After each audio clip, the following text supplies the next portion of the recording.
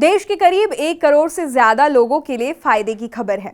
होली से ठीक पहले सरकार ने सरकारी कर्मचारियों और पेंशन भोगियों को खास गिफ्ट दिया है। सरकार ने केंद्रीय कर्मचारियों को मिलने वाले डीए में बढ़ोतरी कर दी है।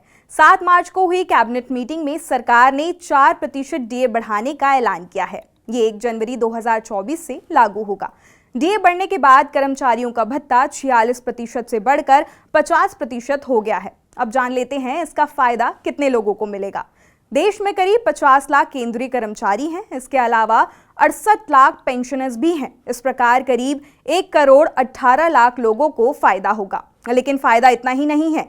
डीए 46% से बढ़कर 50% होने के कारण दूसरे भी लाभ कर्मचारियों को मिलेंगे। दरअसल 7वें वेतन आयोग में इस बात का प्रावधान पहले से ही किया हुआ है। इसी के साथ कुछ और भत्ते भी बढ़ जाएंगे। इस बढ़ोतरी के बाद हाउस रेंट अलाउंस, बच्चों के शिक्षा भत्ते, बच्चों के केयर के लिए स्पेशल अलाउंस, हॉस्टल की सब्सिडी, ट्रांसफर की सूरत में टीए, ग्रेच्युटी सीलिंग, खुद के ट्रांसपोर्ट पर mileage allowance, dress allowance, daily allowance भी बढ़ जाएंगे।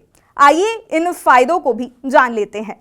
सबसे पहले बात करते हैं एचआरए की। 7वें वेतन आयोग की सिफारिशों के मुताबिक एचआरए एक्स, वाई और जेड सिटी के मुताबिक 24, 16 और 8% है। इसमें ऐसी व्यवस्था है कि जैसे ही डीए 25% पर पहुंचता है तो एचआरए रिवाइज होकर 27, 18 और 9% हो जाएगा। साथ ही जैसे ही 50% डीए होगा तो एचआरए एक्स ग्रेड की सिटी में 30%, वाई ग्रेड के शहर में 20% और जेड ग्रेड के सिटी में 10% एचआरए मिलेगा। 7वें वेतन आयोग की सिफारिशें हैं कि जैसे ही डीए 50% तक पहुंचेगा, चिल्ड्रन एजुकेशन अलाउंस में 25% की बढ़ोतरी हो जाएगी। डीए के 50% तक बढ़ने के साथ ही कुछ दूसरे अलाउंस भी बढ़ जाएंगे, जैसे child care, gratuity ceiling, dress allowance और डेली अलाउंस।